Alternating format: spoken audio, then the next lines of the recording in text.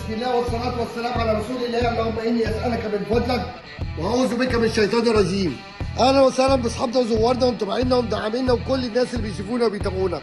بنرحب بيكم جميعا. معانا النهارده عربية رينو ميجان موديل 22.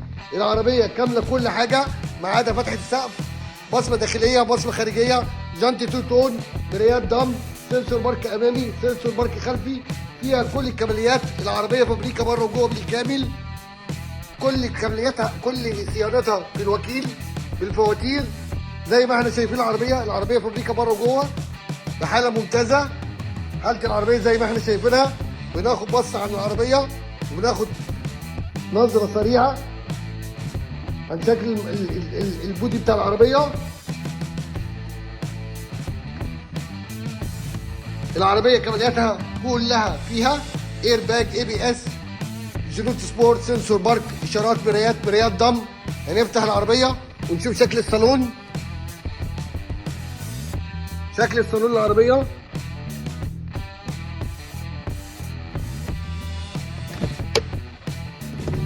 بالكتالوجات بفواتير الصيانة لغاية الكيلومتر.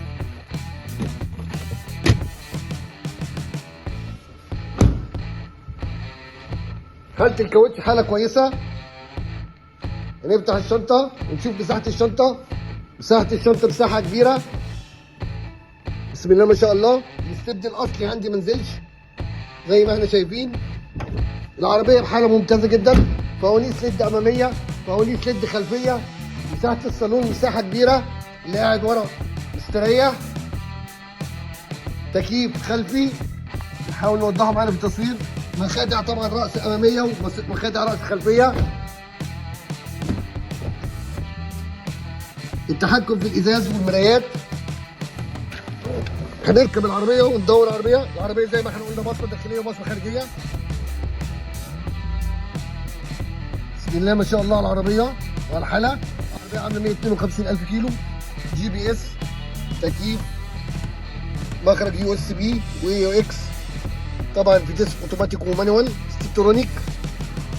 حالة العربية ممتازة. ارباجات في التابلو، ارباجات في الكراسي، طارة جلد.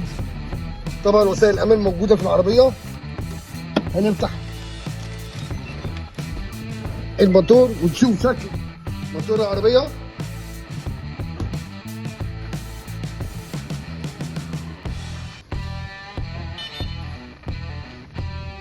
ما شاء الله على العربية وعلى حالتها. يا رب يكون وصل لكم المعلومة كاملة والمشاهدة زي ما انتم عايزين. بنحاول على قد ما نقدر ما نطولش عليكم في الفيديو. عجبتك العربية؟ شرفتني بالاتصال، شرفتني بالزيارة.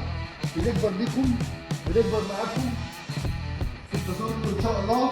وانتظرونا في القريب العاجل مع عربية تانية بفيديو شرح أحسن. والسلام عليكم ورحمة الله وبركاته.